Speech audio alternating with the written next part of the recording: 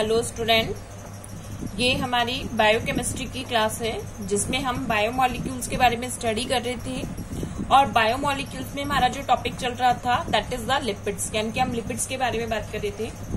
Last class में हमने general lipids जो थे उनके क्लासिफिकेशन के बारे में देखा कि लिपिड्स क्या होते हैं। These are the compound molecules, long chain जो कि स्ट्रेट लॉन्ग चेन होती हैं उनके कंपाउंड मॉलिक्यूल्स होते हैं। Some lipids are the branch, but उनकी हम अलग से बात करेंगे। तो जनरली जैसे हमने बात करी थी, जो लिपिड्स हैं उनको हमने 3 कैटेगरीज में डिवाइड किया था, simple lipid, compound lipids and derived lipids. तो जनरली जब हम सिंपल लिपिड्स की बात करते हैं, these are the ester of alcohol, यानी कि एस्टर और यानी कि एस्टर ऑफ फैटी एसिड और अल्कोहल जब कंबाइंडली आते हैं तो उनको हम क्या बोलते हैं, सिंपल लिपिड्स बोलते हैं। और सिंपल लिपिड में हमने जो बात करी थी, वहां सिंपल लिपिड में हम किनको इंक्लूड करते हैं, फैटी एसिड्स हो गया, और हमने बात करी ऑयल्स हो गया, ग्लिसरॉल, इनको हमने इंक्लूडेड करके, यानी कि वैक्स को हम जनरली जो बात कर रहे थे वो सिंपल लिपिड्स में बात कर रहे थे। तो हमने लास्ट क्लास में हमने फैटी एसिड्स के बारे में देखा था कि फैटी एसिड्स क्या होते हैं। जो फैटी एसिड होते हैं लॉन्ग चेन वाले मॉलिक्यूल्स हैं जिनमें अप्रोक्सीमेटली इवन नंबर की चेन होती है। और मोस्ट कॉमनली अगर जो हम फैटी एसिड प्रेजेंट होते हैं वो 16 to 18 कार्बन चेन वाले होते हैं। इनकी हाइड्रोकार्बन की जो चेन होती है उनमें 16 to 18 मॉलिक्यूल्स की चेन होगी, कार्बन की चेन प्रेजेंट होती है। हमने इन फैटी एसिड्स को सैचुरेटेड और अनसैचुरेटेड फैटी एसिड और इनके जनरल नॉमेनक्लेचर के बारे में बात करी थी। अब इसके बाद अगर हम फैटी एसिड की प्रॉपर्टी देखते हैं तो वहां आती है एसेंशियल फैटी एसिड, कि some fatty acids are known to be essential fatty acid. तो यहाँ जब हम एसेंशियल फैटी एसिड्स की बात करते हैं, essential fatty acids are those which are not synthesised by animal and must be obtain from diet, यानी कि एसेंशियल फैटी एसिड्स वो फैटी एसिड्स होते हैं जो कि जनरली किसी एनिमल की बॉडी में सिंथेसाइज नहीं होती। ये फैटी एसिड नेचुरली किसी एनिमल बॉडी में सिंथेसाइज नहीं होती हैं, so they have to must be obtain, but body के लिए बहुत रिक्वायर्डली जरूरी है, यानी कि बॉडी की ग्रोथ के लिए, बॉडी की फंक्शनिंग के लिए ये जो फैटी एसिड्स होते हैं वो रिक्वायर्ड होते हैं, बट ये बॉडी में नेचुरली सिंथेसाइज नहीं होते, so that's they must be obtain from the diet. तो इसलिए इनको क्या करना पड़ता है, डाइट्स के थ्रू बॉडी में इनटेक करना पड़ता है। तो यहाँ जैसे अगर हम बात करते हैं लिनोलेट एसिड या लिनोलिनेट, एक आता है हमारा लिनोलेट और दूसरा आता है लिनोलिनेट। ये दो ऐसे एसेंशियल फैटी एसिड्स हैं जो जनरली क्या होते हैं, एनिमल बॉडी में प्रेजेंट नहीं होते हैं, जिन्हें डाइट के थ्रू क्या किया जाता है, ऑब्टेन किया जाता है। अब अगर हम बात करते हैं fatty acid that can be endogenously synthesised are termed as non essential fatty acid, यानी कि जो फैटी एसिड नेचुरली जो बॉडी में सिंथेसाइज्ड होते हैं उनको हम क्या कहते हैं, नॉन एसेंशियल फैटी एसिड्स कहते हैं।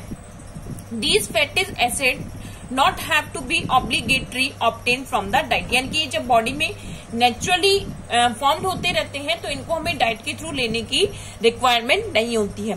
तो नेक्स्ट जो हमारी प्रॉपर्टी आती है कि हमने फैटी एसिड्स में देखा सैचुरेटेड, अनसैचुरेटेड फैटी एसिड्स होते हैं, फिर सैचुरेटेड और अनसैचुरेटेड फैटी एसिड्स का हमने नॉमेनक्लेचर देखा था, और इसके बाद हम जो बात कर रहे थे एसेंशियल फैटी एसिड्स की, यानी कि जो एसेंशियल फैटी एसिड्स हैं वो कैसे होंगे, जो कि नेचुरली बॉडी में ऑब्टेन नहीं होते, यानी कि फॉर्म्ड नहीं होते हैं, they are synthesised not in the body, so they have to add up with the diet.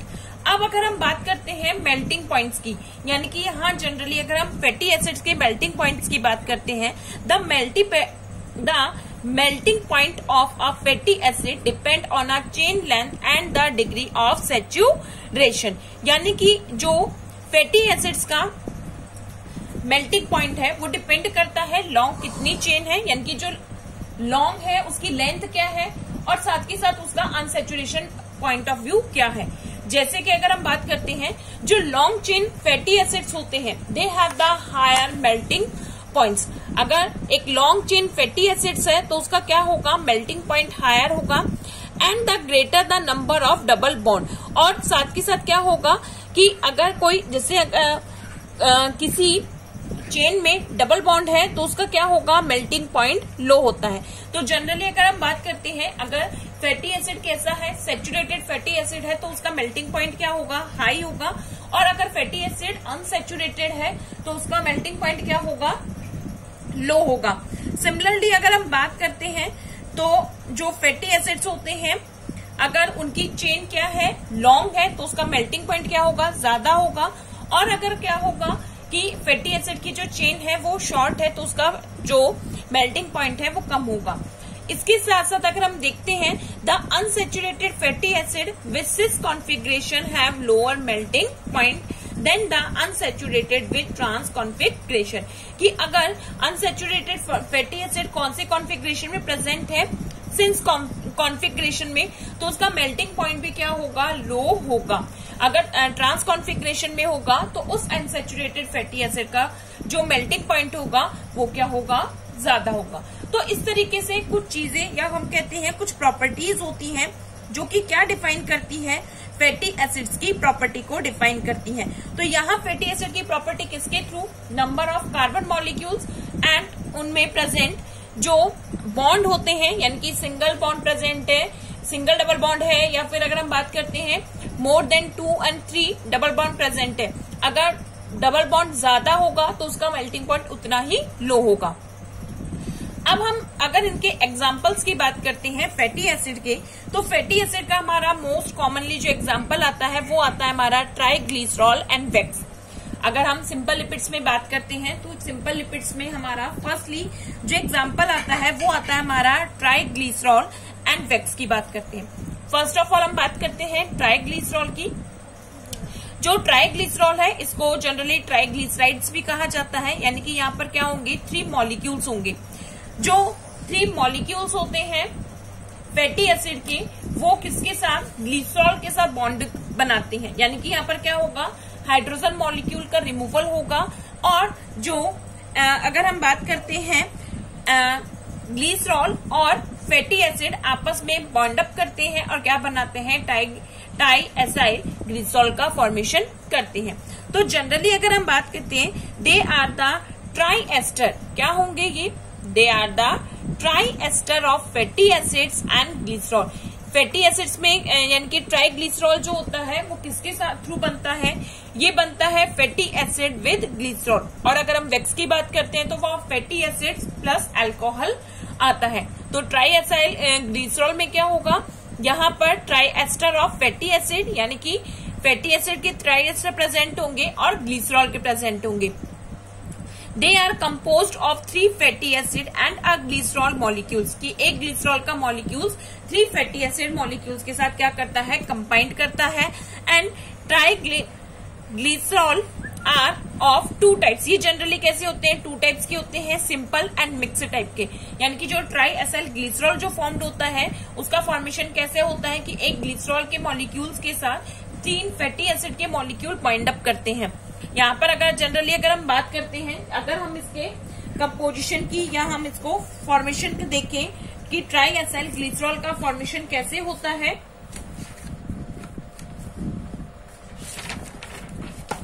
तो यदि हम देखते हैं, जैसे अगर हम क्या कहें, ट्राई एसाइल ग्लिसरॉल, तो ट्राई एसाइल ग्लिसरॉल में क्या होता है, ग्लिसरॉल प्लस फैटी एसिड। अब यहां पर अगर बात करते हैं, जो ग्लिसरॉल होता है ये क्या है, शुगर अल्कोहल है। क्या है ये, शुगर अल्कोहल।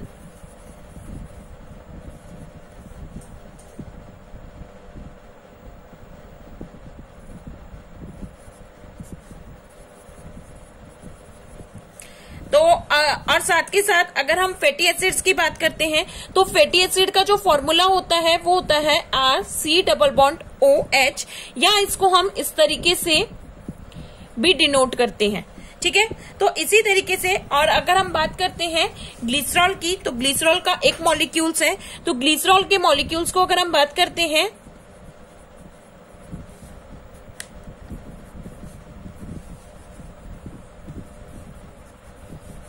ठीक है। तो यहाँ पर क्या हुआ कि ये ग्लिसरॉल का मॉलिक्यूल होता है। अब इस ग्लिसरॉल के मॉलिक्यूल्स के साथ क्या होगा, जो बॉन्ड बनाता है वो कौन बॉन्ड बनाएगा, वो बनाता है हमारा फैटी एसिड। अब जैसे अगर हम बात करते हैं, एक फैटी एसिड हमने यहां बॉन्ड अप किया, एक फैटी एसिड हमने क्या किया है, यहां से बॉन्ड बनाया, ये हमारा फैटी एसिड का फॉर्मूला है। तो यहाँ पर हमने क्या किया, ये फैटी एसिड ज्वाइंट किया।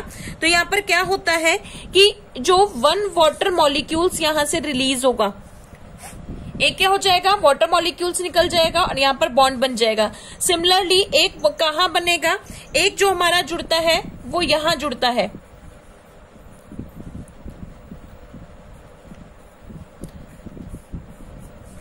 सिमिलरली एक हमारा यहां बॉन्ड करेगा। तो इस तरीके से जब एक फैटी एसिड का मॉलिक्यूल बॉन्ड करता है तो ये क्या बन जाता है, mono acyl glycerol, mono acyl बनेगा। या अगर 2 मॉलिक्यूल जुड़ रहे हैं फैटी एसिड के तो डाई एसाइल बनेगा। और यहाँ पर जब 3 मॉलिक्यूल्स बॉन्ड अप करते हैं तो क्या हो जाते हैं, ट्राई एसाइल का फॉर्मेशन होता है।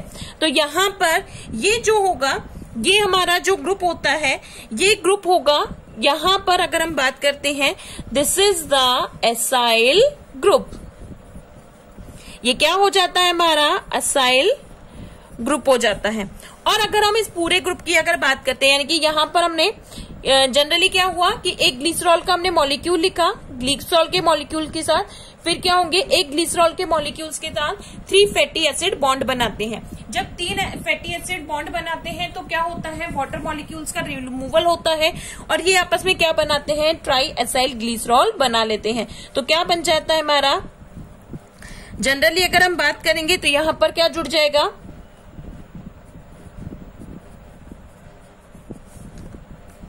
इसी तरीके से यहां पर से हमने वाटर मॉलिक्यूल रिमूव किया है,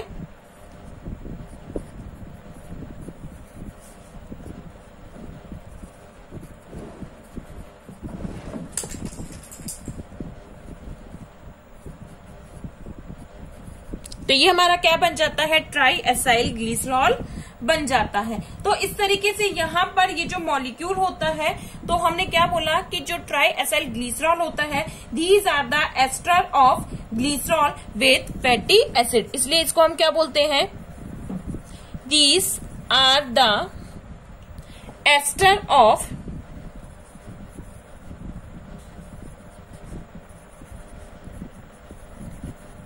फैटी एसिड विथ ग्लिसरॉल।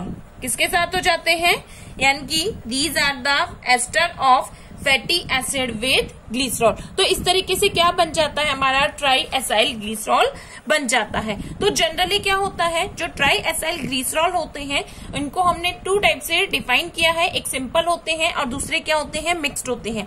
यानी कि सिंपल टाइप ऑफ जो ट्राई एसाइल ग्लिसरॉल होते हैं उनमें क्या प्रेजेंट होता है कि वहां पर केवल सिंगल, जो सिंपल अगर हम बात करते हैं कि सिंगल टाइप का फैटी एसिड बॉन्ड अप करता है, यानी कि एक सैचुरेटेड फैटी एसिड बॉन्ड कर जाए। और अगर हम बात करते हैं जो अगर मिक्स्ड टाइप का होगा तो वहां पर क्या होंगे, डिफरेंट टाइप ऑफ मिक्स क्या जुड़ जाते हैं, फैटी एसिड जुड़ जाते हैं। तो इस तरीके से क्या बन जाते हैं, सिंपल एंड मिक्स्ड करके क्या बना लेते हैं, ट्राई एसाइल ग्लिसरॉल का फॉर्मेशन कर लेते हैं। तो फर्स्टली हम किसके बारे में बात कर रहे थे, ट्राई एसाइल ग्लिसरॉल। देखो इसको हम फिर से देखते हैं क्या होता है ट्राई एसाइल ग्लिसरॉल में, कि जो ट्राई एसाइल ग्लिसरॉल है उसका फॉर्मेशन किसके थ्रू होता है, 1 मॉलिक्यूल ऑफ ग्लिसरॉल और 3 मॉलिक्यूल्स ऑफ फैटी एसिड। तो इसलिए इसको हम क्या बोलते हैं कि यहाँ ट्राई एसाइल ग्लिसरॉल में क्या होगा, they are the ester of fatty acid with glycerol, bond करेंगे। जो ग्लिसरॉल मॉलिक्यूल्स होता है वो क्या है, एक तरीके से शुगर अल्कोहल है। और फैटी एसिड को जो हम डिनोट करते हैं जैसे आर, यानी कि कार्बोक्सिलिक ग्रुप और हमारा आर ग्रुप प्रेजेंट है, तो इसको हम इस तरीके से भी लिख सकते हैं। ये हमने लिखा है एक ग्लिसरॉल मॉलिक्यूल। जब ग्लिसरॉल मॉलिक्यूल्स के साथ हमने किसको बॉन्ड अप किया है, यहाँ हमने बॉन्ड बनाया है फैटी एसिड के। तो एक ग्लिसरॉल मॉलिक्यूल के एक कार्बन के साथ हमने क्या कर दिया है, फैटी एसिड को बॉन्ड किया। जब एक फैटी एसिड बॉन्ड करता है तो इसको मोनो एल्किल ग्रुप कहते हैं, जब 2 करते हैं तो डाई एल्किल ग्रुप हो जाते हैं, और जब 3 करते हैं ट्राई एल्किल। तो इस तरीके से क्या बन जाता है हमारा ट्राई एसाइल ग्लिसरॉल बन जाता है। और इस तरीके से किसका फॉर्मेशन होता है, ट्राई एसाइल ग्लिसरॉल का फॉर्मेशन होता है। तो एक तरीके से लॉन्ग चेन मॉलिक्यूल्स है। अगर हम इसकी प्रॉपर्टीज की बात करते हैं, जो ट्राई एसाइल ग्लिसरॉल होते हैं they are non polar hydrophobic in nature. वो जनरली लिपिड्स की प्रॉपर्टी है कि ये कैसे होते हैं, हाइड्रोफोबिक नेचर के होते हैं। And a major form of store lipid, यानी कि अगर ये क्या बनाते हैं, हमारी जो बॉडी में स्टोर फॉर्म्ड होती है लिपिड की, उसका मेजर रोल जो होता है वो किनका होता है, ट्राई ग्लिसरॉल का होता है, ट्राई एसाइल ग्लिसरॉल का होता है। तो ये जनरली कहाँ स्टोर होते हैं, एडिपोज टिश्यू में जो स्टोर होते हैं, these are the try acyl glycerol.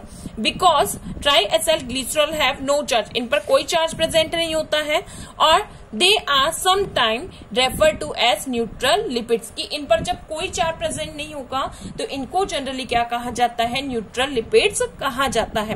तो सिंपली अगर हम इनकी प्रॉपर्टी देखते हैं कैसे हैं, नॉन पोलर है, हाइड्रोफोबिक नेचर में है, और एज कैसे होते हैं, स्टोर लिपिड्स के फॉर्मेशन में होते हैं।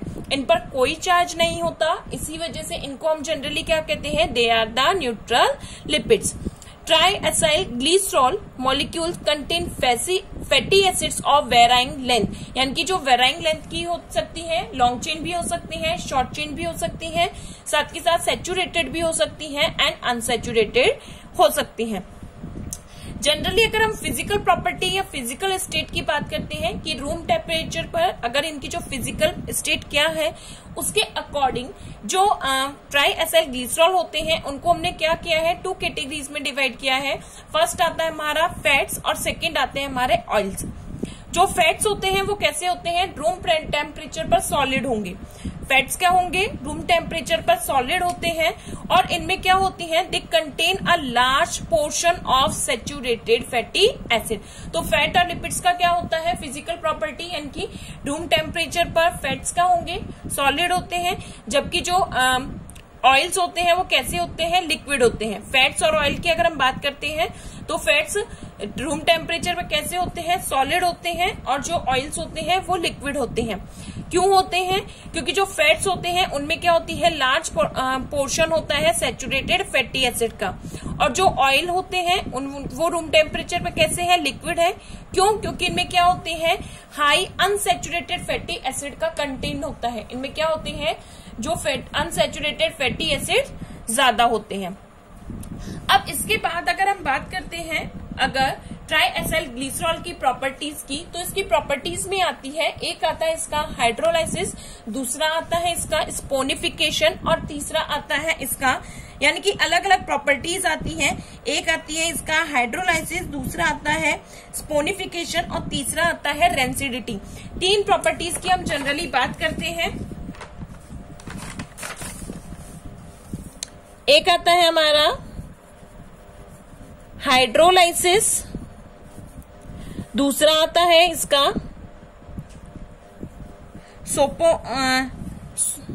स्पोनिफिकेशन, और तीसरा जो आता है रेंसिडिटी। 3 प्रॉपर्टीज की हम बात करते हैं जो कि जनरली क्या होती है, ट्राई एसाइल ग्लिसरॉल की होती है। अब अगर हम बात करते हैं सबसे पहले अगर इसकी हाइड्रोलाइसिस की बात करते हैं, हाइड्रोलाइसिस यानी कि हमने क्या बनाया था, ट्राई एसाइल ग्लिसरॉल बनाया था CH2,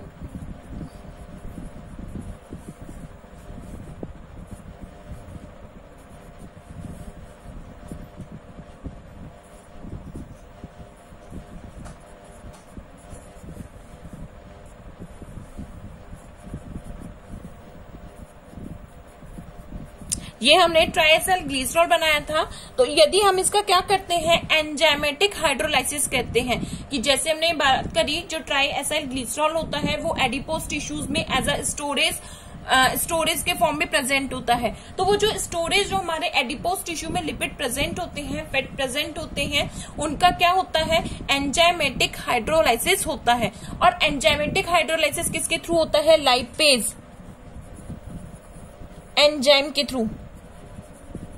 तो लाइपेज एंजाइम के थ्रू क्या हो जाता है, इसका हाइड्रोलाइसिस हो जाता है और ये फर्दर ग्लिसरॉल और फैटी एसिड में क्या हो जाता है, यानी कि इसका डिसोसिएशन हो जाता है, यानी कि एक तरीके से ये क्या हो जाता है, हाइड्रोलाइसिस हो जाता है। तो यहाँ जब हाइड्रोलाइसिस की बात करते हैं तो यहाँ पर हाइड्रोलाइसिस कैसा है, एंजाइमेटिक हाइड्रोलाइसिस होता है। और जो एंजाइम यूज किया जाता है for the hydrolysis of this triacyl glycerol वो आता है लाइपेज। तो जनरली हमारे जो फूड है उसके अगर हम बात करते हैं उसके ऑक्सीडेशन के लिए जो रिक्वायर्ड होता है, यानी कि यहाँ पे हाइड्रोलाइसिस के लिए फैट्स के हाइड्रोलाइसिस के लिए जो रिक्वायर्ड होता है वो कौन सा आता है, लाइपेज एंजाइम आता है। नेक्स्ट अगर हम बात करते हैं स्पोनिफिकेशन की, तो यहाँ पर भी क्या है, हाइड्रोलाइसिस ही होता है, बट यहाँ जो हाइड्रोलाइसिस होता है वो किसके थ्रू आता है, यहाँ पर एल्किल के थ्रू।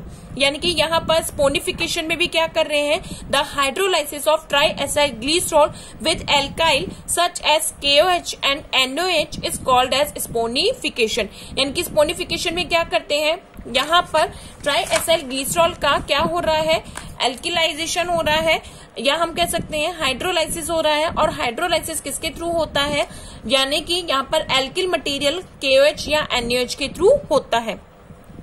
तो अगर हम देखते हैं कि फैटी एसिड्स को हम क्या करते हैं कि स्पोनिफिकेशन में होगा क्या,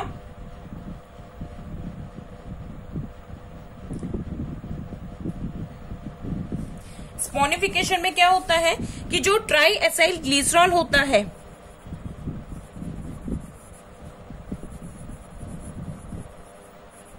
ये ट्राइएसाइल ग्लिसरॉल क्या करता है, 3NaOH मॉलिक्यूल के साथ इसका क्या होगा, हाइड्रोलाइसिस होगा एल्किल मीडियम में, और क्या बनता है, ग्लिसरॉल प्लस क्या बनेगा यहाँ पर,